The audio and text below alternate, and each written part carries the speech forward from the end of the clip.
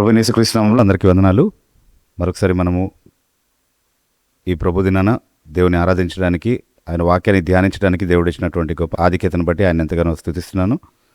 అలాగే ఈ సిరీస్ని ప్రార్థనాపూర్వకంగా ఫాలో అవుతూ దాన్ని మళ్ళీ ధ్యానిస్తూ నాతో కలిసి మీరు ఈ అధ్యయనంలో ప్రయాణిస్తున్నారని నేను ఆశిస్తున్నాను. I don't know whether that is true. I don't know if every one of us is taking notes and looking at those notes and meditating on the passage after we go home. But నా మనవి ఏంటి అంటే అలా చేయగలిగితే చాలా బాగుంటుంది. ఎందుకంటే మనం చాలా లోతైనటువంటి విషయాల్ని, చాలా గంభీరమైనటువంటి విషయాల్ని మాట్లాడుకుంటున్నాం ఈ సిరీస్లో. అది మన క్రైస్తవ జీవితానికే పునాదిగా ఉన్నటువంటి విషయాలు మనం ఇక్కడ ధ్యానించే ప్రతి విషయం కూడా. It's foundational to our very Christian faith. కాబట్టి దీన్ని సరిగా అర్థం చేసుకోవడము, జ్ఞాపకం ఉంచుకోవడం కూడా చాలా అవసరము. So please do the needful from your side. కేవలం ఇక్కడ ఒక ప్రసంగం విని వెళ్ళిపోయామన్నట్టుగా కాకుండా తర్వాత కూడా దాన్ని అధ్యయనం చేసేటటువంటి ప్రయత్నం అయితే చేయండి. యోహన్ సువార్త 5వ అధ్యాయము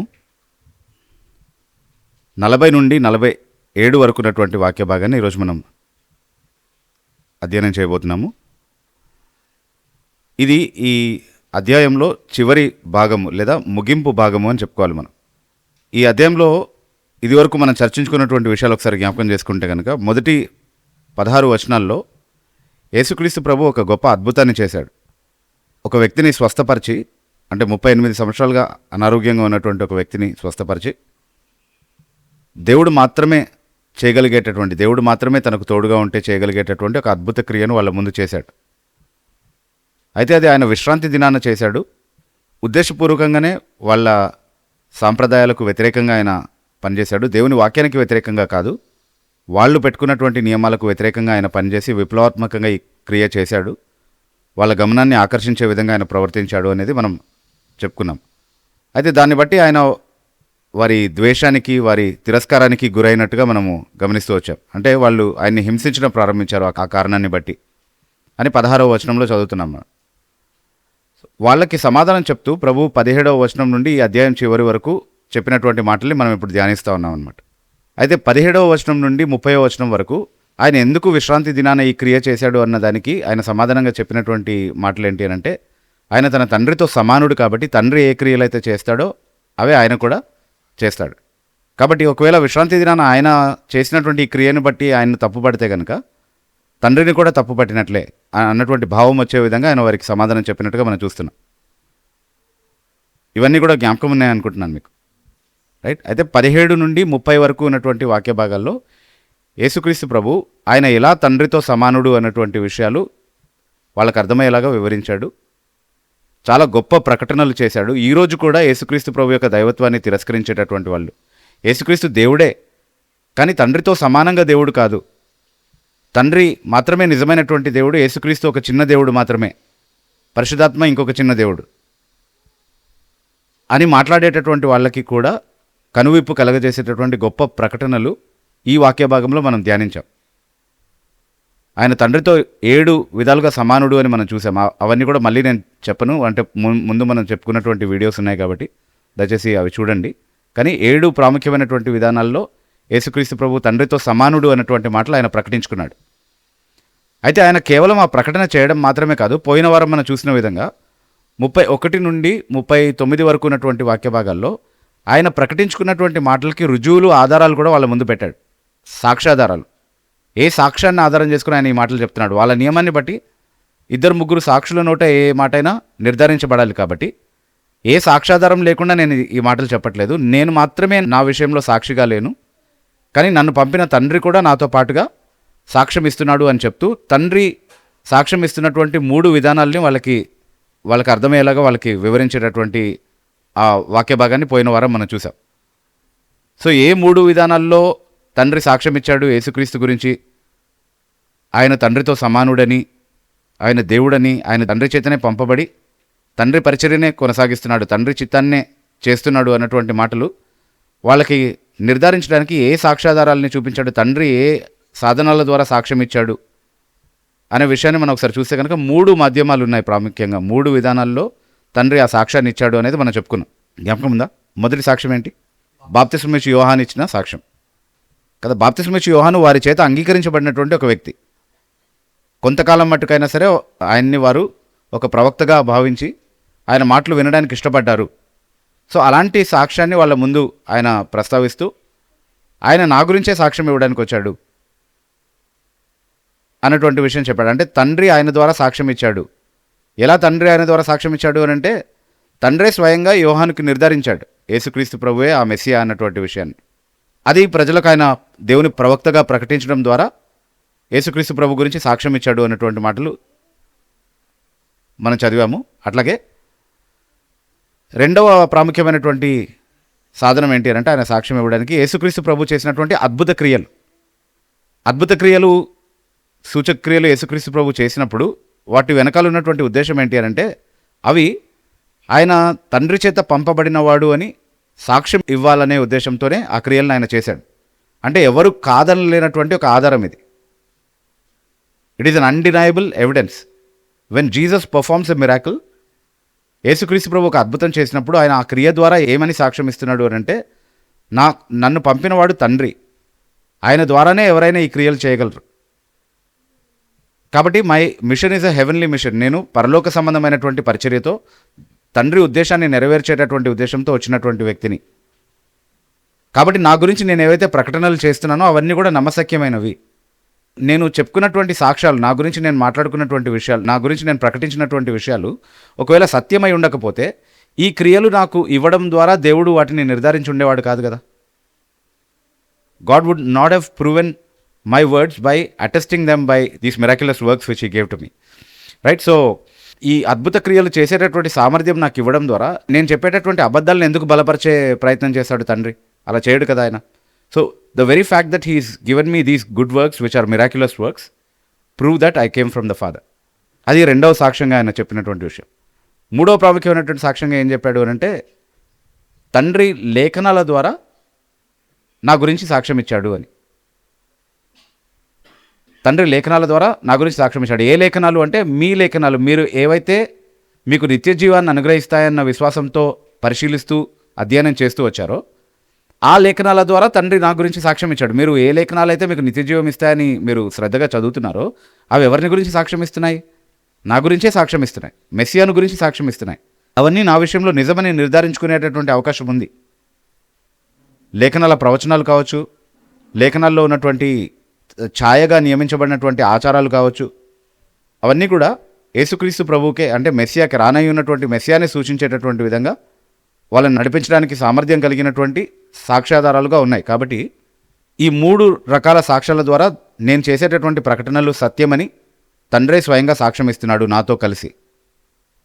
కాబట్టి ఇద్దరు వ్యక్తులు సాక్ష్యం ఇస్తున్నారు. నేను కూడా సాక్షినే, నా తండ్రి కూడా సాక్షే. ఈ మూడు రకాల ఆధారాల ద్వారా తండ్రి నా గురించి సాక్ష్యం ఇస్తున్నాడు. కాబట్టి నేను చేస్తున్నటువంటి ప్రకటనలన్నీ కూడా నిజమే, సత్యమే అని ఆయన వాళ్ళకి చెప్పాడు. ఇక్కడి వరకు మనం చూసాం పోయిన వారం. ఓకే, అయితే ఇప్పుడు 40వ వచనం నుండి 47వ వచనం వరకు ఉన్నటువంటి వాక్య భాగంలో ఆయన ఇప్పటివరకు చెప్పినటువంటి మాటల నేపథ్యంలో వాళ్ళ మీద ఆయన కొన్ని నేరారోపణ చేస్తున్నారు. He's condemning them for their unbelief. వారి అవిశ్వాసాన్ని బట్టి వారి మీద ఆయన నేరారోపణ చేసి వారిని ఖండిస్తున్నాడు అనేది మనకు అర్థమవుతా ఉంది. చాలా కఠినమైనటువంటి మాటలతో ఆయన వారిని ఖండిస్తున్నాడు. కానీ అది కూడా వారి ప్రయోజనార్థమే ఆయన చేసినటువంటి మాటగా మనం అర్థం చేసుకోగలుగుతున్నాం. అయితే ఏంటి వాళ్ళకు వ్యతిరేకంగా ఉన్నటువంటి నేరారోపణ, ఏంటి వాళ్ళకు వ్యతిరేకంగా ఉన్నటువంటి ఖండన అనేది మనం ఆలోచిస్తే కనుక 40వ వచనం ఒకసారి చదువుదాం మనం.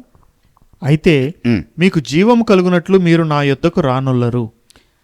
మీకు జీవము కలుగునట్లు మీరు నా వద్దకు రానొల్లరు. And you will not come to me that you might have life. మనుషులు యేసుక్రీస్తు ప్రభు దగ్గరికి రావడానికి సామర్థ్యము వారికి లేదు అన్నటువంటి విషయం మనం చాలాసార్లు చూసాం లేఖనాల్లో కదా.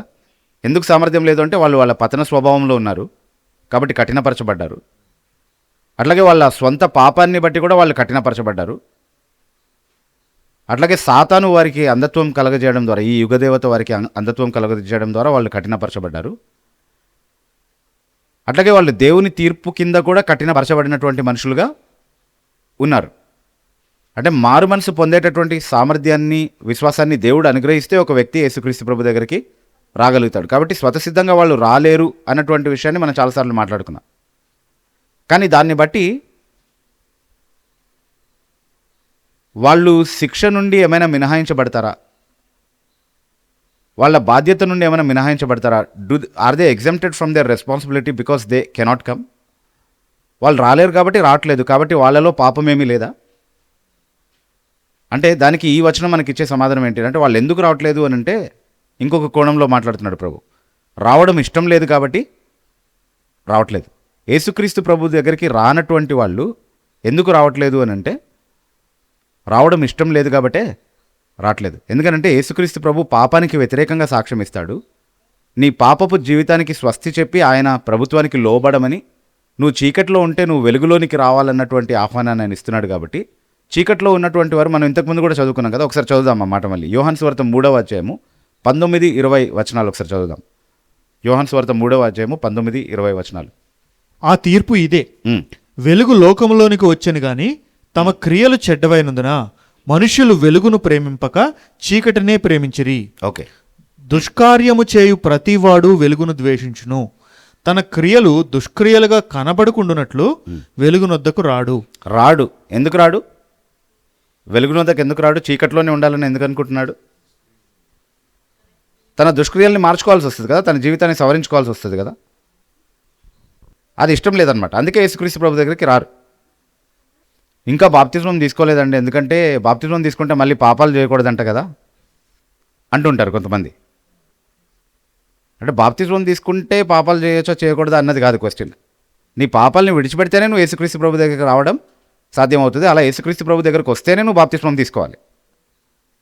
కాబట్టి కేవలం ఒక ఆచారం వైపుకి మొగ్గు చూపించడం, కేవలం కృత్రిమమైనటువంటి ఒక భక్తిని ఆచరించడం అనేది చాలామందికి ఇష్టమే. కొన్ని మంచి మాటలు వినడం, వాటిని కొంతవరకు పాటించడం, మిగతా వాళ్ళకంటే పవిత్రంగా పరిశుద్ధంగా వేరుగా కనబడడం, అట్లాంటివన్నీ చాలామందికి ఇష్టమే. కానీ యేసుక్రీస్తు ప్రభు దగ్గరికి రావడం అనేది is altogether a different story. యేసుక్రీస్తు ప్రభు దగ్గరికి వస్తే విప్లవాత్మకంగా నీ జీవితం మారిపోతుంది. నీ ఇష్ట ప్రకారం జీవించడానికి ఇంకా అనుమతి ఉండదు. ఆయన ప్రభుత్వానికి లోబడి జీవించాల్సి వస్తుంది. కాబట్టి చీకటిని ప్రేమించేటటువంటి వాళ్ళు వెలుగు దగ్గరికి రావడం అనేది ఎప్పుడు సాధ్యం కాదు. అది వాళ్ళు రాకపోవడానికి. మీకు రావడం ఇష్టం లేదు, you do not want to come. రోమిలకు రాసిన పత్రిక 8వ అధ్యాయము 7వ వచనంలో అదే చదువుతున్నాం కదా మనం. శరీర సంబంధమైనటువంటి వారు దేవుని ధర్మశాస్త్రానికి లోబడనొల్లరు, ఎంత మాత్రమును లోబడనేరరు అని అంటున్నాడు. They that are in the flesh cannot please God కదా. వాళ్ళు దేవుని దగ్గరికి రావడానికి, దేవుని నీతి ప్రమాణాలని ఆచరించడానికి ఎంతమాత్రం ఇష్టపడరు. ఎందుకంటే వాళ్ళ చీకటి, వాళ్ళు ప్రేమించేటటువంటి పాపం అదే వాళ్ళకి ఇష్టం, అందులోనే కొనసాగాలని అనుకుంటారు. కాబట్టి యేసుక్రీస్తు ప్రభు దగ్గరికి రారు. అంటే ఏసే నిజమైనటువంటి మార్గమని నమ్మడానికి తగిన ఆధారాలు లేక కాదు వాళ్ళు రాకపోయేది. అంటే ఇంకొంచెం ఆధారం ఉండుంటే, ఇంకా బాగా వివరించి ఉండుంటే, ఇంకా బాగా మా అవగాహనలో ఇది ఇమిడి ఉంటే మేము బాగానే నిర్ణయం తీసుకుని ఉండేవాళ్ళము, సరైనటువంటి నిర్ణయం తీసుకుని ఉండేవాళ్ళము. మాకు అర్థం కావట్లేదు కాబట్టి, లేకపోతే ఆధారాలు లేవు కాబట్టి మేము రావట్లేదని చెప్పేటటువంటి అవకాశం ఎవరికీ లేదు. ఎందుకంటే బైబిల్ గ్రంథంలో చాలినంత స్పష్టత ఉంది యేసుక్రీస్తు ప్రభు గురించి. అట్లాగే ఆయనే నిజమైనటువంటి రక్షకుడు అని చెప్పడానికి చరిత్రలో దేవుడు దాచి ఉంచినటువంటి ఆధారాలు ఇంకెవరి విషయంలోనూ లేవు. కొందరు నాస్తికుల సాక్ష్యాలను కూడా మనం వింటూ ఉంటాం కదా, వాళ్ళు మారిన సాక్ష్యాన్ని మనం వింటూ ఉంటాం. ఉదాహరణకి జాష్ మ్యాక్డోవెల్ అనేటటువంటి ఒక నాస్తికుడి సాక్ష్యాన్ని గురించి మనం పరిశీలించినప్పుడు ఆయన ఏమంటాడంటే, బైబిల్ని తప్పు పట్టాలి, బైబిల్ తప్పని నిరూపించాలన్న ఉద్దేశంతో ఆయన ఒక పుస్తకం రాయడం ప్రారంభించాడు. దానికి evidence that demands a verdict అని పేరు పెట్టుకున్నాడు. అంటే ఏం ఎవిడెన్స్ సేకరించాలనుకున్నాడు, ఏం ఆధారాలు సేకరించాలనుకున్నాడు అంటే, బైబిల్కి వ్యతిరేకంగా బైబిల్ తప్పనేటటువంటి నిరూపణ చేయడం కోసం ఆధారాల్ని సేకరించాలని చెప్పి ఆ రీసెర్చ్ స్టార్ట్ చేశాడు ఆయన. తీరా ఆయన అధ్యయనం చేస్తూ చేస్తూ ఆయన సేకరించినటువంటి ఆధారాలన్నీ కూడా బైబిల్ తప్పని నిరూపించడం పోయి బైబిలే సరైనది, అదే దేవుని వాక్యం అనేటటువంటి కన్క్లూజన్కి నడిపించింది ఆయన ఒక నాస్తికుడుగా. కాబట్టి evidence that demands a verdict అనేది బైబిల్కి వ్యతిరేకంగా కాకుండా బైబిల్ని అనుకూలించేటటువంటి, బైబిల్ని సమర్థించేటటువంటి ఒక ట్రీటెస్ట్ లాగా తయారైంది అది. సో ఆయన ఉద్దేశం అక్కడ మారడం మాత్రమే కాకుండా ఆయన జీవితమే మారింది దాని ద్వారా. నాస్తికత్వాన్ని విడిచిపెట్టాడు, ఈరోజు క్రైస్తవ సాక్షిగా ఉంటున్నాడు. He's a very renowned apologist. So అంటే ఆధారాలు, నేను ఎందుకు ఉదాహరణ తీసుకున్నాను అంటే, ఆధారాలే కావాలనుకుంటే ఆధారాలు చాలా ఉన్నాయి. నాకు చాలినంత నిర్ధారణ రాలేదు, ఇంకా నేను నిర్ధారించుకుంటాను, యేసుక్రీస్తే నిజమైనటువంటి మార్గం, ఆయనే నిజమైనటువంటి దేవుడు అని నేను నిర్ధారించుకుంటాను అని యథార్థమైనటువంటి కోరిక ఎవరికైనా ఉంటే కనుక అలా నిర్ధారించుకోవడానికి చాలినంత అవకాశం ఉంది. కానీ వాళ్ళు అది చేయరు. అది చేయరని చెప్పడానికి ఇక్కడ యేసుక్రీస్తు ప్రభు ఏ పరిసయ్యులతో అయితే మాట్లాడుతున్నాడో, ఏ యూదులతో అయితే మాట్లాడుతున్నాడో వాళ్ళే గొప్ప నిదర్శనం కదా. ఎందుకంటే వాళ్ళ కళ్ళ ముందు ప్రభువే స్వయంగా ఒక అద్భుతాన్ని చేసి చూపించాడు ఇప్పుడే. అంతకు మించిన ఆధారం ఏం కావాలి? దేవుడే తప్ప ఎవరూ చేయలేనటువంటి అంత గొప్ప ఆధారం చూపించిన తర్వాత కూడా వాళ్ళు వచ్చారు ఆయన దగ్గరికి అంటే రాలేదు. ఆయన్ని తిరస్కరించడానికి, ఆయన్ని చంపడానికి యత్నిస్తున్నారే తప్ప ఆయనకు లోబరుచుకోవడానికి మాత్రం ఎంత మాత్రం వాళ్ళు ఇష్టపడలేదు. అంటే ఎందుకు? ఆధారాలు లేకనా? కాదు. It's not about evidence, it's not about proof. చాలినంత ఆధారం లేక మేము నమ్మట్లేదు అనడానికి లేదు. వాళ్ళకి రావడం ఇష్టం లేదు. రానుల్లరు అంటే రావడం ఇష్టం లేదు, అందుకే మీరు రావట్లేదు. That is the condemnation against you. అది ప్రభు వాళ్ళ మీద మోపేటటువంటి ఆరోపణ. దాని విషయంలో వాళ్ళు ఖచ్చితంగా తీర్పు తీర్చబడతారు. ఆ రోజు నిలబడి, దేవా నువ్వే నన్ను అట్లా తీర్మానించావు నా విషయంలో, నువ్వే నన్ను ఏర్పరచుకొని ఉంటే కనుక నేను రక్షింపబడి ఉండేవాడిని కాదా అంటే అలాంటి వాళ్ళకి ఎవరికి ఆయన సంజాషి ఇచ్చేటటువంటి వాడు కాదు. ఈరోజు ఒకవేళ ఈ మాటల్ని బట్టి ఎవరైనా వాళ్ళ హృదయాల్ని కఠినపరచుకుని ఉంటే కనుక, దేవుడు నన్ను ఏర్పరచి ఉంటే కనుక నేను మారుమనసు పొంది ఉండేవాడిని, నేను విశ్వసించి ఉండేవాడిని అని ఎవరైనా ఒకవేళ సాకులు చెప్పి వాళ్ళ హృదయాల్ని కఠినపరుచుకుంటే కనుక దాని ద్వారానే వాళ్ళు దేవుని ఏర్పాట్లో లేరని నిదర్శనం ఇస్తున్నారు. వాళ్ళు రారు కూడా, రావడానికి ఇష్టం లేదు. కానీ నిజంగా దేవుని చేత ఏర్పరచబడినటువంటి వరకు ఉండే లక్షణం ఏంటి అంటే వాళ్ళు రావడానికి ఇష్టపడతారు, క్షమించబడ్డానికి ఇష్టపడతారు, వాళ్ళ పాపపు జీవితాలను విడిచిపెట్టడానికి ఇష్టపడతారు, యేసుప్రభుకి వారి జీవితాలను లోబరుచుకోవడానికి ఇష్టపడతారు. ఒకవేళ రావడానికి ఇష్టం లేకపోతే వాళ్ళ హృదయాల్ని కఠినపరుచుకుంటే మేము రావడం మాకు ఇష్టం లేదు అని అనుకుంటే కనుక అదే వాళ్ళ మీద శిక్షావిధి నిర్ధారించబడింది, వాళ్ళు ఖచ్చితంగా శిక్షకే అప్పగించబడతారని చెప్పడానికి అదే గొప్ప రుజువు అనమాట. They have been given over to a reprobate mind. They will not submit to the command of the gospel and they will be given over to eternal condemnation. వాళ్ళకెవరికి దేవుడు వచ్చి సంజాయిషి ఇవ్వడు. కాదు నేను మంచోడిని, నేను చాలా ప్రయత్నించాను కానీ నువ్వే రాలేదు అని వాళ్ళకేం సంజాయిషి ఇవ్వడు. నువ్వు రాలేదు అన్నదే నీ పైన ఆయన మోపేటటువంటి నేరారోపణ. ఈరోజు నువ్వు సువార్త పిలుపు వినట్లేదా? నా వద్దకు వచ్చేవాడిని నేను ఎన్నడూ త్రోసివేయను అన్నటువంటి ఆయన వాగ్దానం చూడట్లేదా? ఆయనే నిజమైనటువంటి మార్గం, ఆయన తప్పకుండా మాట నిలబెట్టుకునేటటువంటి వాడు, ఆయన దగ్గరకు వస్తే ఆయన ఎప్పుడూ తిరస్కరించేవాడు కాదు అన్నటువంటి ఆ నిదర్శనాలు దేవుని వాక్యంలో నీకు కనబడట్లేదా? అదేది నేను కదలచకపోతే, ఆ కారణాలను బట్టి నువ్వు రావాలని ఇష్టపడకపోతే కనుక ఇష్టం లేదు అన్నది నీ వైపు ఉన్నటువంటి పొరపాటే, నీ వైపు ఉన్నటువంటి పాపమే, నీ వైపు ఉన్నటువంటి తప్పే. నువ్వే దానికి బాధ్యుడు అవుతావు కాబట్టి శిక్షావిధికి అప్పగించబడతావు. దానికి దేవుడిని నిందించొద్దు. That's your own fault, that's your own sin, your own rebellion if you don't come to Christ. కాబట్టి ఆయన దగ్గరికి రానటువంటి వాళ్ళ విషయంలో ఆయన చెప్పేది ఏంటి అంటే మీకు రావడం ఇష్టం లేదు కాబట్టి మీరు రావట్లేదు. There is no other reason. You simply don't want to come. You will not come. వస్తే మీకేమొస్తుంది అంటున్నాడు? జీవం వస్తుంది అంటున్నాడు, నిత్య జీవం వస్తుంది అంటున్నాడు. నేను ఇచ్చే నిత్య జీవం మీరు ఎక్కడో వెతుకుతున్నారు, లేఖనాల్లో ఉందని వెతుకుతున్నారు. మీరు వెతికే ఆ నిత్య జీవం నాలో ఉందని లేఖనాలు సాక్ష్యం ఇస్తున్నాయి. కానీ నన్నే మీరు పక్కన పెట్టి ఆ లేఖనాల ద్వారా మీకు జీవం వచ్చేస్తుంది అన్నట్టుగా దాన్ని పరిశీలిస్తున్నారు. అలా రాదు ఎవరికి కూడా. You must come to me because the scriptures testify of me. నా గురించి సాక్ష్యం ఇచ్చి నా దగ్గరకు వస్తే జీవం ఉంటుందని లేఖనాలు చెప్తున్నాయి. కాబట్టి నా దగ్గరికి రావాలి. The ultimate purpose of God's revelation, దేవుడు తన వాక్యం రూపంలో ఆయన ప్రత్యక్షత ఇవ్వడానికి ఉన్నటువంటి ఉద్దేశం ఏంటి అంటే క్రీస్తు దగ్గరికి మనల్ని నడిపించడానికే. ఆ ఉద్దేశం నెరవేరకపోతే కేవలం నువ్వు జ్ఞానం చాలా సంపాదించుకొని ఉంటావేమో వాక్యం విషయంలో, కానీ అది నిన్ను క్రీస్తు దగ్గరికి నడిపించకపోతే, క్రీస్తుకు నిన్ను లోబరచకపోతే కనుక దేవుడు ఉద్దేశించినటువంటి ఆ ఉద్దేశం నీ జీవితంలో నెరవేరలేదు. That means you must be out of God's plan. If you are in God's plan of salvation you will definitely submit to it, submit to Christ. Okay, so అది వాళ్ళ మీద ఆయన మొదట మోపుతున్నటువంటి ఆరోపణ. Yes, will read verse 41. నేను మనుషుల వలన మహిమ పొందువాడను కాను. అంటే ఇక్కడ మహిమ అని అనువదించినటువంటి మాటలు తర్వాత మాటల్లో ఘనత అని ఉన్నటువంటి అదే మాటని మహిమ అని ఇక్కడ అనువదించారు. అట్లా ఎందుకు చేశారో తెలీదు. I receive not honor from men. Honour అనే ఉంటుంది కన్సిస్టెంట్గా. తర్వాత వచనాల్లో హానర్ అని ఉన్న చోట ఘనత అని అన్నారు. ఎన్నో వచనంలో ఉంది? 44లో ఉందా ఘనత అనే మాట? మెప్పు అని అనువదించారా? ఓకే, బట్ ఇంగ్లీష్ బైబిల్లో మాత్రం మీరు ఆనర్ అనే చదువుతారు దాన్ని కన్సిస్టెంట్గా. ఓకే, అంటే మనుషుల మెప్పు నేను అంగీకరించేవాడిని కాదు అని చెప్తున్నాడు. I receive not honour of men అన్నప్పుడు మనుషుల మెప్పును నేను కోరేవాడిని కాదు. ఒకవేళ మీ మెప్పును నేను కోరుంటే నేను ఏం చేసి ఉండేవాడిని? మీ సాంప్రదాయాలతో నేను రాజీపడి ఉండేవాడిని. మీకు కావాల్సిన విధంగా నేను ఉండేవాడిని. నేను తండ్రితో నా సమానత్వాన్ని ప్రకటించుకోవడం మీకు ఇష్టం లేదు కాబట్టి దాన్ని నేను దాచిపెట్టేవాడిని. పూర్తి సత్యం చెప్తే అది మీకు అభ్యంతరకరంగా ఉంది కాబట్టి మిమ్మల్ని నొచ్చుకునేలా చేస్తుంది కాబట్టి నేను దాన్ని దాచిపెట్టి ఉండేవాడిని.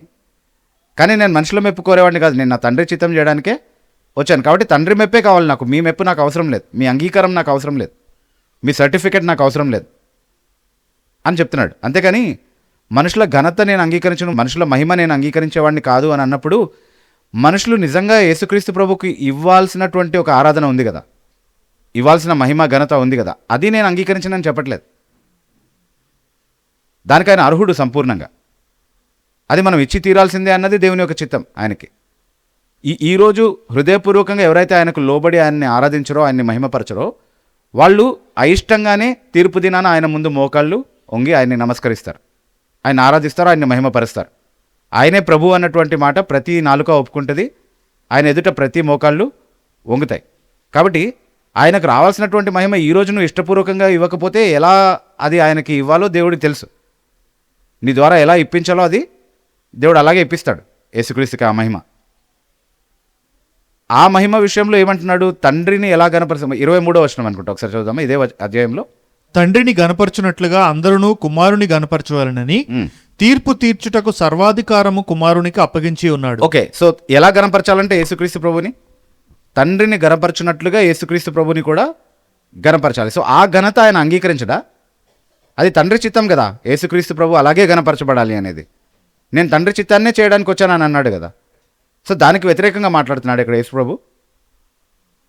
మనుషుల ఘనత నాకు అవసరం లేదు అని చెప్పినప్పుడు, లేదా మనుషుల మహిమ నాకు అవసరం లేదు అని చెప్పినప్పుడు కాదు.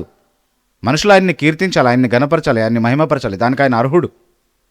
అది వాళ్ళు ఆయనకి ఇచ్చి తీరుతారు. ఈ జీవితంలో రక్షణ ద్వారా అయినా, లేకపోతే రాబోయే రోజున తీర్పు సందర్భంలో అయినా సరే ఆయనకు రావాల్సిన మహిమ ఘనత తప్పకుండా అందరూ ఆయనకు ఆపాదిస్తారు. సృష్టి అంతా ఆయన్ని మహిమపరుస్తుంది. ఆ మహిమ ఆయన పొందుకుంటాడు, దాన్ని అంగీకరిస్తాడు. ఎందుకంటే అది తండ్రి చిత్తం ఆయన ఆ విధంగా గణపరచబడాలని. అన్ని నామముల కన్నా పైనామం ఆయనకి ఇచ్చి అందరికంటే ఆయన హెచ్చించబడాలి, గణపరచబడాలి అన్నది తండ్రి ఆయన విషయంలో నియమించినటువంటి నియమం. కాబట్టి దాన్ని ఎవరు తప్పడానికి వీల్లేదు, ఆయన కూడా దాన్ని అంగీకరిస్తాడు. ఆ మహిమ గురించి మాట్లాడట్లేదు ఇక్కడ 41వ వచనంలో. దేని గురించి మాట్లాడుతున్నారు అంటే మనుషుల మెప్పు గురించి మాట్లాడుతున్నాడు. మనుషులు మెచ్చుకునే విధంగా నేను ప్రవర్తించేవాడిని కాదు.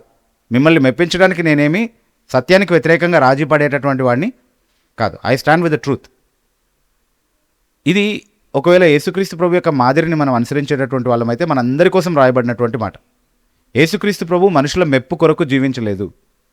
యేసుక్రీస్తు ప్రభుని వెంబడించేటటువంటి వారిగా మనం కూడా మనుషుల మెప్పు కొరకు జీవించడం సాధ్యం కాదు. ఒకవేళ మనం నిజంగా యేసుక్రీస్తు ప్రభు చేత మార్చబడినటువంటి వాళ్ళమైతే, మనం ఆయనకు చెందినటువంటి వాళ్ళమైతే ఆయన కోసం మనం జీవిస్తాం. సో ఎవరి మెప్పు మనం కోరుతాము అంటే దేవుని మెప్పు మాత్రమే కోరుతాం, దేవుని అంగీకారాన్ని మాత్రమే మనం కోరుతాం. మనుషులు ఎవరు తిరస్కరించినా పర్వాలేదు, నేను దేవునికి నమ్మకంగా ఉన్నానా లేదా అన్నంత విషయంలో మాత్రమే మనం శ్రద్ధ వహిస్తాం. కానీ మనుషుల మెప్పే కావాలనుకున్నవాడు ఏం చేస్తాడు? అన్ని విషయాల్లో రాజీ పడతాడు. మనుషులకి ఎలా చెప్తే సంతోషంగా ఉంటుందో అలాగే మాట్లాడతాడు. వాళ్ళు లోకస్తులు కనుక లోకస్తుల్లాగే మాట్లాడతారు అని వాక్యంలో ఉంది. అందుకే తర్వాత వచనంలో అదే మాట చెప్తున్నాడు వాళ్ళకి వ్యతిరేకంగా. 42వ వచనం, నేను మిమ్మును ఎరుగుదును, దేవుని ప్రేమ మీలో లేదు. వాళ్ళకి దేవుని ప్రేమ వాళ్ళలో లేదు అని అంటే, ఒకటైతే యేసుక్రీస్తు ప్రభుని వాళ్ళు అంగీకరించి ఉండేవారు దేవుని ప్రేమ ఉండుంటే. ఎందుకంటే దేవుడే పంపించినటువంటి వ్యక్తి అని చెప్పడానికి తగినన్ని సాక్ష్యాధారాలు పెట్టుకొని కూడా ఆయన్ని తిరస్కరిస్తున్నారు అని అంటే వాళ్ళు దేవునికి వ్యతిరేకులు. కాబట్టి దేవుని ప్రేమ వారిలో లేదు. అంతేకాకుండా దేవుని మెప్పును వారు కోరుండేవాళ్ళు. ఒకవేళ వాళ్ళు దేవుని ప్రేమించి ఉంటే కనుక మనుషుల మెప్పును కోరుండేవాళ్ళు కాదు. అదే తర్వాత వచనంలో చెప్తున్నాడు, అద్వితీయ దేవుని వలన వచ్చు మెప్పును కోరక ఒకని వలన ఒకడు మెప్పు పొందుచున్న మీరు ఎలాగు నమ్మగలరు? అంటే వాళ్ళు నమ్మలేకపోవడానికి కారణం ఏంటి అని అంటే వాళ్ళు అద్వితీయ దేవుని వల్ల మాత్రమే కలిగేటటువంటి మెప్పు కాదు కోరేది. ఒకరి వల్ల ఒకరికి వచ్చేటటువంటి, అంటే వాళ్ళు ఒకరి చేత ఒకరు అంగీకరించబడే విధంగా వాళ్ళ విశ్వాసాలని, వాళ్ళ ప్రవర్తనని ఒకరికొకరు అంగీకారంగా ఉండే విధంగా వాళ్ళు మలుచుకుంటున్నారు. They want to live in a way that is pleasing to each other. కానీ యేసుక్రీస్తు ప్రభు యొక్క స్వభావం అది కాదు. ఆయన మనుషుల మెప్పు కోరేటటువంటి వాడు కాదు కాబట్టి దేవుని నియమాలకు వ్యతిరేకంగా ఎప్పుడు రాజీ పడాడు కదా. అందుకే వీళ్ళు యేసుక్రీస్తు ప్రభుని నిజంగా నమ్మినటువంటి ఒక సందర్భంలో కూడా, అంటే ఈయన దేవుని దగ్గర నుండే వచ్చినటువంటి వాడు, ఈయన చెప్పేదంతా కూడా సత్యమే అని వాళ్ళు నమ్మినటువంటి ఒక సందర్భంలో కూడా మనుషుల మెప్పును కోరేటటువంటి వాళ్ళు కాబట్టి ఆయన్ని బహిరంగంగా ఒప్పుకోలేకపోయారు. అదొకసారి చదువుదాం మనం. యోహన్ సువార్త 12వ అధ్యాయము 42-43 వచనాలు ఒకసారి చదువుదాం. అయినను అధికారులలో కూడా అనేకులు ఆయన యందు విశ్వాసం ఉంచిరి గాని సమాజములో నుండి వెలివేయబడుదుమేమో అని పరిసయ్యులకు భయపడి వారు ఒప్పుకొనలేదు. ఓకే, వారు దేవుని మెప్పు కంటే మనుషుల మెప్పుని ఎక్కువగా అపేక్షించిరి. ఓకే. ఇక్కడ కొంతమంది యేసుక్రీస్తు ప్రభునందు విశ్వాసం ఉంచారు, అధికారులు కూడా తిరస్కరించలేకపోయారు. ఎందుకంటే అప్పటి వరకు చూసినటువంటి అద్భుతాలన్నీ కూడా అవి అద్భుతాలు కావని వాళ్ళు ఏం తిరస్కరించలేరు. They are witnesses to the fact that they are true miracles. కాబట్టి అవి ఆయన నిజంగా చేశాడంటే ఆయన దేవుని వద్ద నుండి వచ్చినటువంటి వ్యక్తి అయి ఉండాలి. ఆ విశ్వాసానికి వాళ్ళు నడిపించబడ్డారు, కానీ దాన్ని బహిరంగంగా ఒప్పుకోవడానికి భయపడ్డారు. ఎందుకు? సమాజం నుండి వెలివేయబడతారేమో అని పరిసయ్యులకు భయపడ్డారంట. ఈరోజు చాలామంది యేసుక్రీస్తు ప్రభువుని హృదయపూర్వకంగా బహిరంగంగా వెంబడించకపోవడానికి ఇదే భయం కారణం కాదా? సమాజం నన్ను గురించి ఏమనుకుంటుందో, బైబిల్ చెప్పేటటువంటి నియమాలని బట్టి నేను అంతా స్ట్రాంగ్గా నిలబడితే మనుషుల తిరస్కారానికి నేను ఎక్కడ గురవుతాను, దానికి వాళ్ళు చాలా జస్టిఫికేషన్స్ కూడా చెప్పుకుంటుంటారు కదా. అంటే ఇప్పుడు మనుషులైతే అర్థం చేసుకోరు బ్రదర్, దేవుడు అర్థం చేసుకుంటాడు కదా. God will understand. మనుషులు అర్థం చేసుకోరు బ్రదర్. ఆ దేవుడు హృదయాన్ని చూస్తాడు. నువ్వు బహిరంగంగా చెప్పావా లేదా అన్నది కాదు, ఆయనకు హృదయం తెలీదా? హృదయాంతరంగములను ఎరిగినటువంటి దేవుడు ఆయన. అని అదొక వేరొక టోన్లో చెప్తారు, మనకు వేరొక అందాజులో చెప్తారు కదా. అక్కడికేదో మనకు ఆ విషయం తెలియనట్టు. కానీ 43వ వచనంలో కారణం చెప్తున్నాడు ఎందుకు వాళ్ళు బహిరంగంగా ఒప్పుకోలేదు అని. వాళ్ళు దేవుని మెప్పు కంటే మనుషుల మెప్పునే కోరేవాళ్ళు కాబట్టి. దేవుని మెప్పును కోరకుండా మనుషుల మెప్పును కోరేటటువంటి వాడు ఎప్పుడు కూడా దేవుణ్ణి ప్రీతిపరచలేడు. అందుకే తెగింపు కావాలి. ఎవరేమనుకున్నా పర్వాలేదు, వాక్యంలో ఉన్నటువంటి సత్యానికి నేను లోబడతాను, యేసుక్రీస్తు ప్రభు కోసం నేను నిలబడతాను. దానికి ఎలాంటి పర్యవసానాలు నేను ఎదుర్కోవాల్సి వచ్చినా సరే, ఎంత మూల్యం నేను చెల్లించాల్సి వచ్చినా సరే, దేన్ని ఎవరిని పణంగా పెట్టాల్సి వచ్చినా సరే, ఆయన కోసమే నేను నిలబడతాను అన్నటువంటి తెగింపు ఉంటే మాత్రమే ఇది చేయగలుగుతారు ఎవరైనా కూడా. అది నిజంగా రక్షింపబడినటువంటి వారికి ఉన్నటువంటి లక్షణం. వాళ్ళు చేస్తారు అట్లాగే. అపోస్తులైన పౌలు అందుకే అంటున్నాడు గలతీ పత్రిక 1వ అధ్యాయం 10వ వచనంలో, నేను ఇంకనూ మనుషులను ప్రీతిపరచువాడనైతే క్రీస్తు దాసుడను కాకే పోదును అంటున్నాడు. If you want to be the servant of Christ you cannot please men. అంటే ప్లీజింగ్ మెన్ అనేది ఇక్కడ ఒకసారి అర్థం చేసుకోవాలి మనం. కొన్ని సందర్భాల్లో మనుషులను మనం ఏం నొప్పించాల్సిన అవసరం లేదు. యేసుక్రీస్తు ప్రభుని మనం వెంబడిస్తూ ముందుకు వెళ్ళిపోవచ్చు. మనుషుల దగ్గర నుంచి ఆటంకం రానటువంటి చాలా విషయాలు ఉన్నాయి క్రైస్తవ జీవితంలో. అవన్నీ అందరూ చేస్తారు. కానీ ఈ సమస్య ఎక్కడొస్తుంది అని అంటే, యేసుక్రీస్తు ప్రభు కోరినటువంటి కొన్ని విషయాలు, వాటిని నమ్మడం ద్వారా కానీ వాటిని ఆచరించడం ద్వారా కానీ లోకం చేత మనం తిరస్కరించబడేటటువంటి ప్రమాదం ఉంటుంది. అలాంటి పరిస్థితుల్లో యేసుక్రీస్తు ప్రభు అంగీకారం మనకు కావాలా, మనుషుల అంగీకారం మనకు కావాలా అన్న చాయిస్ చేసుకోవాల్సి వస్తుంది. నేను ఈ నిర్ణయం చేసుకోవడం ద్వారా, లేదా నేను ఈ విధంగా ఈ పరిస్థితిలో ప్రవర్తించడం ద్వారా దేవుడు సంతోషిస్తాడు, కానీ మనుషులు నొచ్చుకుంటారు అన్నటువంటి ఒక పరిస్థితి ఏర్పడినప్పుడు నేనేం చేస్తాను? దేవుడినే మెప్పించే ప్రయత్నం చేస్తానా, లేకపోతే మనుషుల మెప్పు కావాలి కాబట్టి దేవుడు అర్థం చేసుకుంటాడులే అని అనుకుంటున్నాను? That's a real question to ask. యేసుక్రీస్తు ప్రభు ఎలా జీవించాడు అంటే ఆయన తండ్రినే మెప్పించడానికి జీవించాడు. ఎందుకంటే ఆయన తండ్రిని ప్రేమించేవాడు. వాళ్ళు మనుషుల మెప్పును కోరారు, ఎందుకంటే తండ్రి వలన కలిగేటటువంటి ప్రేమ, తండ్రి ప్రేమ వారిలో లేదు అని చెప్తున్నాడు. అదే కదా 42వ వచనంలో మనం చదివింది, నేను మిమ్మల్ని ఎరుగుదును, దేవుని ప్రేమ మీలో లేదు. ఎస్, దేవుణ్ణి ప్రేమించేవాడు దేవుని మెప్పే కోరుకుంటాడు. దేవుని ప్రేమ వారిలో లేదు అని చెప్పడానికి నిదర్శనం ఏంటి అంటే, వాళ్ళు ఒకరి వల్ల ఒకరికి కలిగే మెప్పును మాత్రమే ఆశిస్తున్నారు. యేసుక్రీస్తు ప్రభు నిజమని ఒకడు ఒప్పుకున్నా ఇంకొకటి దాన్ని అంగీకరించడు, వాళ్ళు సమాజం చేత తిరస్కరించబడతారు. కాబట్టి వాళ్ళ మనస్సాక్షి యొక్క సాక్ష్యాన్ని కూడా వాళ్ళు తిరస్కరించి కఠినపరుచుకొని యేసుక్రీస్తు ప్రభుని తిరస్కరిస్తున్నారు ఇక్కడ. అదే ఈరోజు మేము క్రైస్తవులం అని చెప్పుకునేటటువంటి చాలామందికి ఉన్నటువంటి సమస్య కూడా. They don't want to stand for Christ because they know they will be rejected for it. లోకం మిమ్మల్ని ద్వేషిస్తే మీకంటే ముందు నన్ను ద్వేషించిందని తెలుసుకోండి అని చెప్తూ, దాసుడు యజమాని కంటే గొప్పవాడు కాలేడు. సో యజమానిని వాళ్ళు ద్వేషిస్తే మిమ్మల్ని ఏంటి పూలదండలేసి సత్కరిస్తారా? మిమ్మల్ని కూడా తిరస్కరిస్తారు. ఒకవేళ అలా తిరస్కరించట్లేదు అంటే యేసుప్రభులాగా జీవించట్లేదేమో బహుశా. ఆల్రెడీ రాజీ పడిపోయామేమో ఈ లోకంతో. 43వ వచనం చదువుతాము. నేను నా తండ్రి నామమును వచ్చి ఉన్నాను, మీరు నన్ను అంగీకరింపరు. మరి ఒకడు తన నామమును వచ్చిన ఎడల వానిని అంగీకరింతురు. నేను నా తండ్రి నామమున వచ్చి ఉన్నాను అంటే అర్థం ఏంటి? తండ్రి పంపిస్తే వచ్చాను అని అర్థం, అంతే. తండ్రి నామాన వచ్చాను అంటే ఒక వ్యక్తి ఇంకొకరి నామంలో రావడం అని అంటే ఆ వ్యక్తి చేత పంపించబడ్డం, ఆ వ్యక్తికి ప్రతినిధిగా వ్యవహరించడం, అంతే కదా. సో అలా నేను తండ్రి పంపిస్తేనే వచ్చాను, నా సొంతంగా రాలేదు. దానికే సాక్ష్యాధారాలు రుజువులు అన్నీ చెప్పాడు కదా ముందే. తండ్రి నన్ను పంపించాడు, నేను తండ్రి నామాన్ని వచ్చానని చెప్పడానికి ఇన్ని ఆధారాలు ఉన్నాయి. కానీ మీరు నన్ను అంగీకరించరు. కానీ ఒకడు తన సొంత నామంలో వస్తే అతన్ని మీరు అంగీకరిస్తారు. ఎవరైనా ఆ సొంత నామంలో వచ్చేటటువంటి వాడు? చాలామంది అది క్రీస్తు విరోధి గురించి మాట్లాడుతున్నారు అని అర్థం చేసుకున్నారు. This is a prediction about the antichrist అని కొంతమంది అనుకున్నారు. కానీ అది కాదు. This verse has nothing to do with the antichrist as many commentators have imagine. ఎందుకంటే ఒకడు వస్తున్నాడు, అతను తన సొంత నామంలో వస్తాడు, అప్పుడు మీరు ఆయన్ని అంగీకరిస్తారు అని ప్రవచనాత్మకంగా చెప్పట్లేదు. ఇదొక వాదనగా చెప్తున్నాడు. నేను తండ్రి నామంలో వచ్చినప్పుడు మీరు అంగీకరించట్లేదు, కానీ ఒకవేళ ఎవరైనా వారి సొంత నామంలో వస్తే, అంటే తండ్రి చేత పంపించబడకుండా వాళ్ళ సొంతంగా ప్రవర్తిస్తుంటే కూడా మీరు వారిని అంగీకరిస్తారేమో, కానీ నన్ను మాత్రం తండ్రి పంపించాడు అన్నటువంటి ఆధారాలు ఉన్నప్పటికీ కూడా మీరు అంగీకరించట్లేదు అని చెప్తున్నాడు, అంతే. As simple as that. అన్నీ తీసుకో. అండ్ ఇప్పుడు తర్వాత వచనంలో అదే చెప్తున్నాడు కదా, మీరు ఒకరి మెప్పును ఒకరు అపేక్షించేటటువంటి వారు అని చెప్తున్నాడు కదా. అంటే ఒకరి మెప్పును ఒకరు ఎందుకు అపేక్షిస్తున్నారు? వాళ్ళు ఏమైనా తండ్రి నామమున వచ్చినటువంటి వాళ్ళందరూ కాదు. ఒకరినొకరు ప్రీతిపరచడం ఎలాగో వాళ్ళు బాగా నేర్చుకున్నారు. వాళ్ళ సొంత ఇష్ట ప్రకారం ప్రవర్తిస్తూ వాళ్ళ సొంత క్రియలు చేస్తూ దాన్ని దేవుని పరిచర్యగా, దేవుని సేవగా చెప్పుకునేటటువంటి పరిశీలతో అంటున్నాడు ఈ మాటలు. వాళ్ళు ఒకరినొకరు అంగీకరించడానికి కారణం ఏంటంటే వాళ్ళందరూ కూడా వాళ్ళ సొంత నామంలోనే ప్రవర్తిస్తున్నారు, వాళ్ళ సొంత నామంలోనే కార్యాలు చేస్తున్నారు.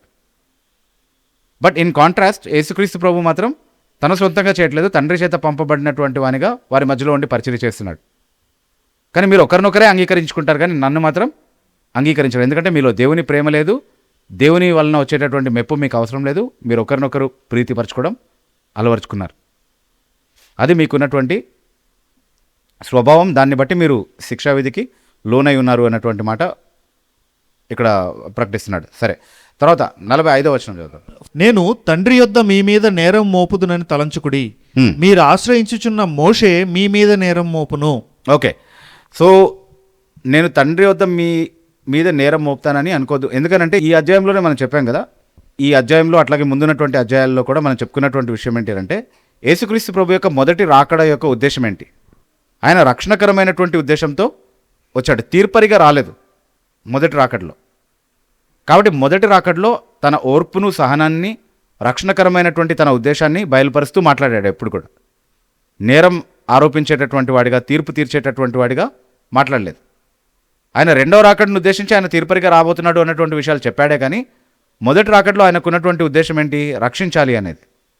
సో ఎవరినైతే ఆయన రక్షించాలనే ఉద్దేశంతో వచ్చాడో వాళ్ళ విషయంలో రక్షణకరంగా ప్రవర్తించడానికి ఆయన వచ్చాడు. కాబట్టి ఇక్కడ నేరారోపణ చేయడం నా ఉద్దేశం కాదు, నేరారోపణ చేయడం నా పని కాదు అంటున్నాడు. కాకపోతే కాంట్రాస్ట్లో మాట్లాడుతున్నాడు అనేది కూడా ఒకసారి అర్థం చేసుకుందాం. నేను కాదు నేరం ఆరోపించేది, మీ మీద నేరం ఆరోపించేది మీరు నమ్ముతున్నటువంటి మోషే. ఇమీడియట్ కాంటెక్స్లో అది కదా కాంట్రాస్ట్. అంటే ఆయన ఏమంటున్నాడంటే మీరు ఏ మోషే అందైతే విశ్వాసం ఉంచి ఉన్నారు, అంటే మోషే రాసినటువంటి ధర్మశాస్త్రాన్ని మీరు నమ్ముతున్నారని మీరు చెప్పుకుంటున్నారు కదా, అందుకే మీరు ధర్మశాస్త్రాన్ని అనుసరిస్తున్నాము అని అతిశయిస్తున్నారు. ధర్మశాస్త్రాన్ని మేము బాగా అర్థం చేసుకున్నామని మీరు అనుకుంటున్నారు. ధర్మశాస్త్ర నిపుణులుగా చలామణి అవుతున్నారు. దాని సేవకే మీ జీవితాన్ని అంకితం చేసుకున్నట్టుగా మీరు జీవిస్తున్నారు కదా. ఎందుకంటే మోషే రాసినటువంటి రచనలు మీరు నమ్ముతున్నారని మీరు అనుకుంటున్నారు. కాబట్టి ఆ మోషే మీకు తీర్పు తీరుస్తాడు. ఎందుకనంటే ఏ లేఖనాలైతే మోషే రాశాడో అవన్నీ కూడా ఎవరి గురించి సాక్ష్యం ఇస్తున్నాయి? నా గురించే సాక్ష్యం ఇస్తున్నాయి. మీరు నన్ను నమ్ముతున్నారు, నా మాటల్ని ప్రేమిస్తున్నారని చెప్తూ నేను ఇచ్చిన సాక్ష్యాన్నే మీరు తిరస్కరించారు అన్నటువంటి నేరారోపణ మీ మీద మోషే చేస్తాడు, నేను కాదు అని చెప్తున్నారనమాట. అంటే ఎవరిని ఆధారం చేసుకుని మీరు మాకు నిత్య జీవం ఉందని అనుకుంటున్నారో, మేము ఎవరి శిష్యులమని మీరు ప్రకటించుకుంటున్నారో, ఎవరి మాటలు నిష్ఠగా మేము పాటించడం కారణంగా మేము రక్షణలో భాగమయ్యామని మీరు అనుకుంటున్నారో, ఆ మోషే మీకు శిక్షావిధికి కారణమవుతాడు. ఆయన రచనలే మీకు వ్యతిరేకంగా సాక్ష్యం పలుకుతాయని చెప్తున్నాడని. ఏం సాక్ష్యం ఇచ్చాడు యేసుక్రీస్తు గురించి మోషే? సర్పం యొక్క తలను చితక తొక్కేటటువంటి స్త్రీ సంతానంగా ప్రవచించాడు. మోషేనేనా అది నమోదు చేసింది? ఎస్. తర్వాత భూమి మీద ఉన్న అన్ని కుటుంబాల్ని అనుగ్రహించబోయేటటువంటి అబ్రహాము సంతానంగా ఆయన్ని ప్రకటించాడు. ఆదికాండము 3వ అధ్యాయం 15వ వచనంలో నేను మొదట చెప్పిన విషయం, అంటే స్త్రీ సంతానం అన్నటువంటి మాట ఉంది. ఆదికాండము 12వ అధ్యాయం 3వ వచనంలో ఆయన అందరినీ ఆశీర్వదించబోయేటటువంటి అబ్రహాము సంతానంగా ప్రకటించబడ్డాడు. రాబోయే షిలోహు వచ్చే వరకు యూదా నుండి రాజదండం తొలగదు అని ఏదైతే చెప్పాడో, అంటే ఆదికాండం 49వ అధ్యాయం 10వ వచనంలో యాకోబు ప్రవచనాత్మకంగా యూదా గురించి చెప్పినటువంటి మాటలు, అక్కడ షిలోహుగా ఆయన ప్రవచనాత్మకంగా పరిచయం చేయబడ్డాడు. ద్వితీయోపదేశకాండము 18వ అధ్యాయంలో నా వంటి వేరొక ప్రవక్త, 15వ వచనం నుండి మనం చదివినప్పుడు, నా వంటి వేరొక ప్రవక్తను మీ మధ్య ఆయన నిలబెడతాడు, ఆయన మాటలు మీరు లోబడాలి. ఎవరైతే ఆ ప్రవక్త మాటలు అంగీకరించారో వారు జనముల నుండి కొట్టివేయబడతారు, నాశనం చేయబడతారు అన్నటువంటి మాటలు ఎవరి గురించి అయితే మోషే సాక్ష్యం ఇచ్చాడో, ఇవన్నీ కూడా యేసుక్రీస్తు ప్రభు గురించి ఇచ్చినటువంటి సాక్ష్యాలే. సో మేము మోషేని పాటిస్తున్నాం, మోషేని ప్రేమిస్తున్నాం, మోషేని నమ్ముతున్నాం, మేము మోషేకే శిష్యులము, మోషే ధర్మశాస్త్రంలో మాకు బాగా నైపుణ్యం ఉంది అని చెప్పేటటువంటి మీరు మోషే చెప్పినటువంటి ఈ సాక్ష్యాలని తిరస్కరిస్తున్నారు కాబట్టి మోషేనే మీకు వ్యతిరేకంగా సాక్ష్యం పలుకుతాడు అని చెప్తున్నాడు. You stand condemned by the very thing on which you hope that you have eternal life. ఏ లేఖనాలు, ఏ మోషే లేఖనాలు మీకు నిత్య జీవాన్ని అనుగ్రహిస్తాయని మీరు అనుకుంటున్నారో ఆ లేఖనాల వెలుగులోనే మీరు శిక్షావిధికి అర్హులుగా తీర్పు తీర్చబడి దేవుని ఎదుట మోషే మీకు వ్యతిరేకంగా సాక్ష్యం పలికేటటువంటి స్థితిలో మీరు ఉన్నారు అని చెప్తున్నాడు. ఈరోజు క్రైస్తవులకు కూడా వర్తించేటటువంటి మాట ఇది. మేము బైబిల్నే నమ్ముతాము, బైబిల్నే పాటిస్తాము, మేము అందరిలా కాదు, అందరూ ఇంకేమేమో పాటిస్తారు కానీ మేము మాత్రం బైబిల్కి మాత్రమే ప్రామాణికత కల్పిస్తాము, బైబిలే మా జీవితాలని అజమాయిషీ చేస్తుంది అని చెప్పేటటువంటి క్రైస్తవులు యేసుక్రీస్తు ప్రభువుకి లోబడకుండా జీవించినప్పుడు, యేసుక్రీస్తు ప్రభు యొక్క ప్రభుత్వం వారి జీవితంలో ఏలుబడి చేస్తున్నట్టుగా కనబడినప్పుడు, వాక్యానికి తగినటువంటి సవరణలు వాళ్ళ జీవితంలో వాళ్ళు చేసుకోవడానికి ఇష్టపడినప్పుడు, when they don't want to correct themselves in the light of the word of God, when they hate correction, when they reject counsel, ఇవే మాటలు వాళ్ళకు కూడా వర్తిస్తాయి. ఏ లేఖనాలైతే మీరు అది దేవుని వాక్యమని, మేము దాన్ని నమ్ముతామని, దాన్ని ప్రేమిస్తామని సాక్ష్యం ఇస్తున్నారో అవే మీకు వ్యతిరేకంగా సాక్ష్యం ఇస్తాయి. అందుకే మనం వాక్యం వినువారమై మాత్రమే ఉండకుండా వాక్య ప్రకారం ప్రవర్తించువారమై ఉండాలి. కాబట్టి ఈ నా మాటలు వింటే చాలు అని ప్రభు చెప్పలేదు. కాబట్టి ఈ నా మాటలు విని వాటి ప్రకారం చేయివాడు బండ మీద తన ఇంటిని కట్టుకున్నటువంటి నీతిమంతుడి పోలి ఉంటాడు. సో వాళ్ళు యేసుప్రభు మాటలు విన్నారు, అదే నిజమన్నటువంటి ఆధారాలు కూడా చూశారు, కానీ వాళ్ళు దానికి లోబడలేదు. ఈరోజు చాలామంది క్రైస్తవుల పరిస్థితి అట్లాగే ఉంది.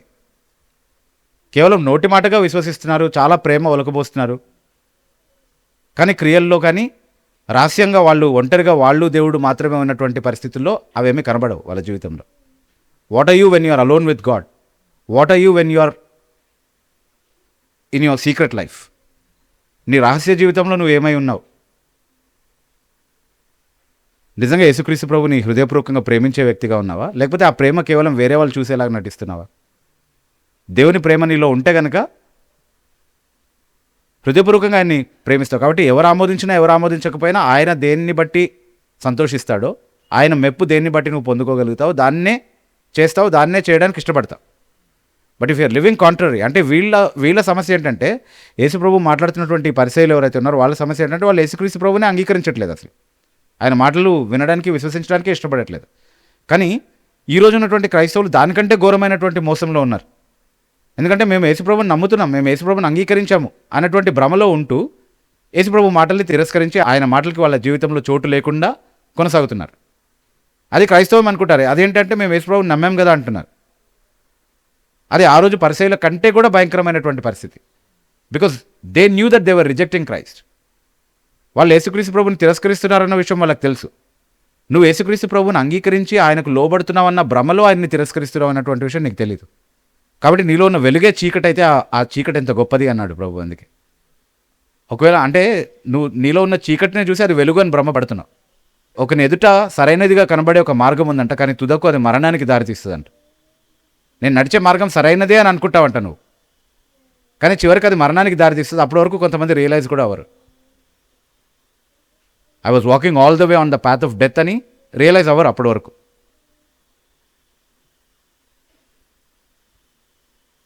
సో నేను సరైనటువంటి మార్గంలో నేను నడుస్తున్నానని నిర్ధారించుకోవడానికి ద బెస్ట్ వే ఇస్, నేను నిజంగా దేవుని ప్రేమను కలిగి ఉన్నానా, దేవుడిని మెప్పించే ప్రయత్నం చేస్తున్నానా, ఎవరు చూసినా ఎవరు చూడకపోయినా దేవుడు కోరేటటువంటి క్రియలు, దేవుడు కోరేటటువంటి విశ్వాసాన్ని నేను కలిగి ఉన్నానా,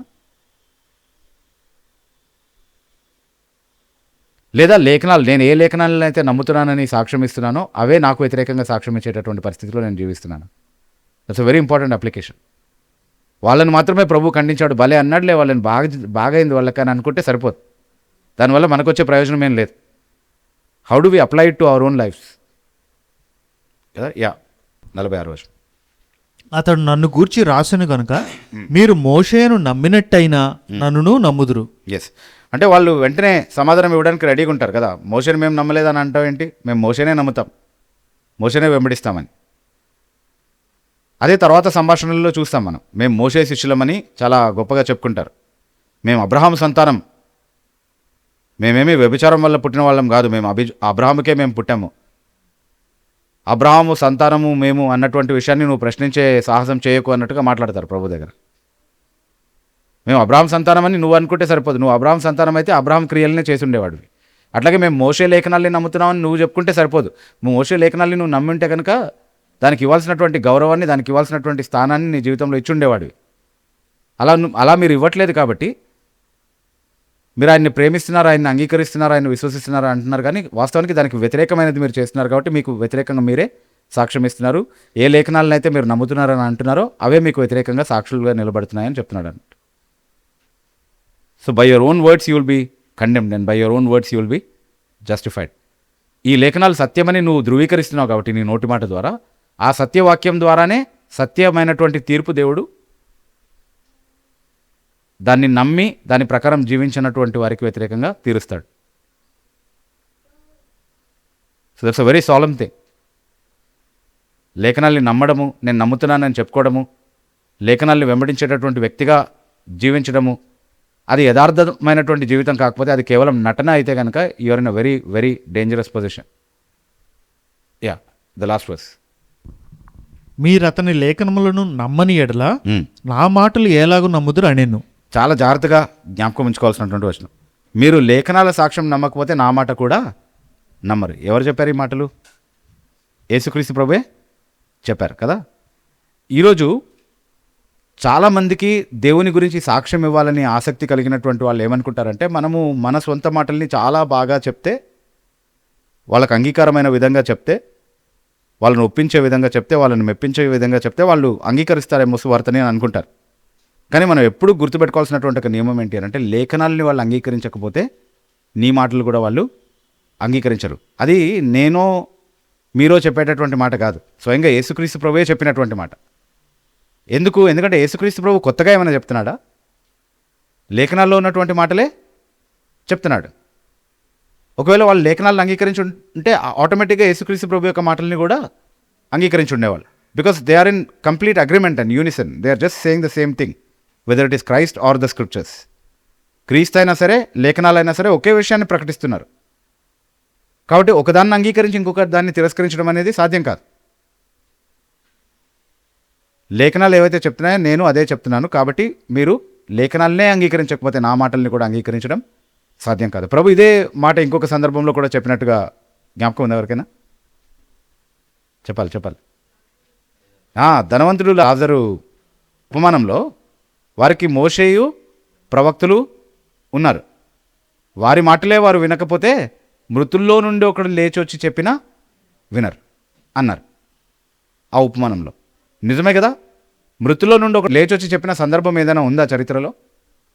చరిత్రలో మృతుల్లో నుండి ఎవరైనా లేచి వచ్చిన సందర్భం ఉందా? ఉంది. ప్రభువైన యేసుక్రీస్తే మృతుల్లో నుండి లేచొచ్చి మరీ చెప్పాడు. ఆయన నమ్ముతున్నారా? నమ్మరు. లేఖనాల్ని నమ్మనివాడు ఏ ఆధారాలు చూసినా నమ్మడు. ఎందుకంటే లేఖనాల పట్ల నమ్మకము అనేదే దేవుడు కలిగించేటటువంటి గొప్ప రక్షణకరమైనటువంటి వరం. ఎందుకంటే లేఖనాలతో పాటుగా పరిశుద్ధాత్మ శక్తి దేవుడు వాగ్దానం చేశాడు కాబట్టి ఆ పరిశుద్ధాత్మ శక్తి ఒక వ్యక్తి అంతరంగంలో పనిచేసినప్పుడు లేఖనాల్లో ఉన్నటువంటి మాటలకి సమ్మతి తెలుపుతాడు. అది జరగనంత వరకు ఇవి జస్ట్ కాలాక్షర బయన్స్ బరాబర్ అంతే. నల్లక్షరాలు చదువుతున్నాడు అంతే. దాని జ్ఞానాన్ని బహిరంగంగా అంటే బాహ్యంగా దానికి ఉన్నటువంటి విషయాల్ని అర్థం చేసుకోగలుగుతాడు.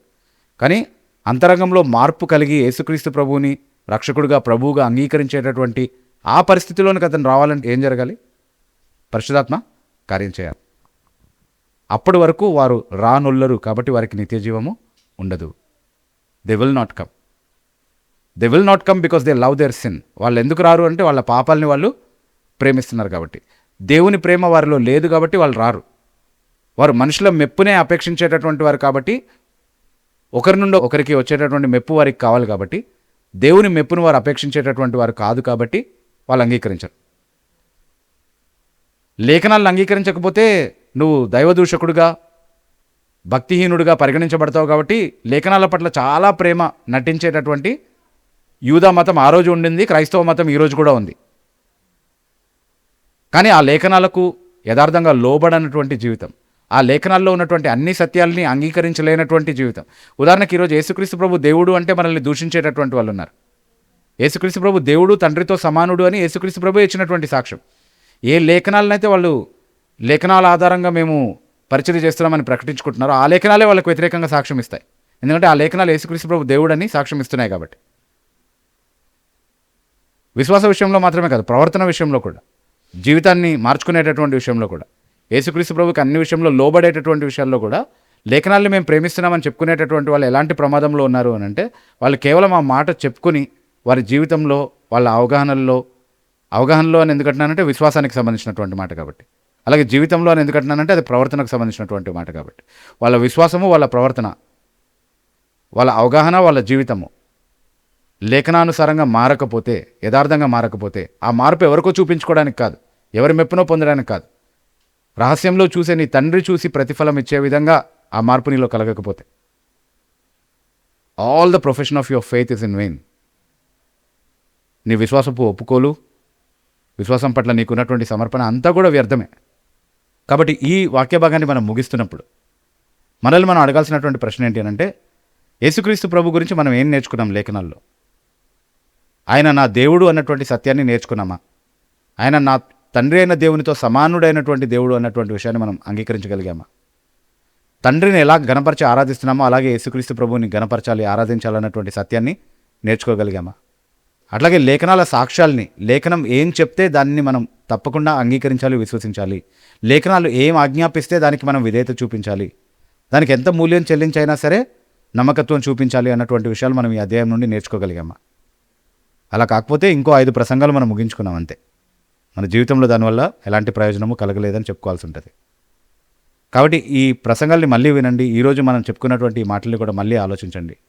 చాలా స్పష్టంగా ఈ మాటల వెలుగులో ప్రభు మనకు నేర్పిస్తున్నటువంటి విషయం ఏంటంటే, ఆయన వలె జీవించేటటువంటి వారు దేవుని మెప్పును మాత్రమే కోరుతారు, దేవుని ప్రేమ కలిగి ఉంటారు, లేఖనాలకు యథార్థమైనటువంటి విధేయత చూపిస్తారు. ఆయన అలా జీవించాడు, అలా జీవించని వారిని ఖండించాడు, అలా జీవించమని మనకు నేర్పించాడు. ఆ ప్రమాణాలని బట్టే మనకు తీర్పు తీరుస్తాడు అన్నటువంటి విషయాన్ని ఎల్లప్పుడూ మనం గుర్తుపెట్టుకుందాం. అలా జీవించగలిగేటటువంటి కృప దేవుడు మనందరికీ అనుగ్రహించును గాక. దేవుడి కొద్ది మాటలు దీవించును గాక.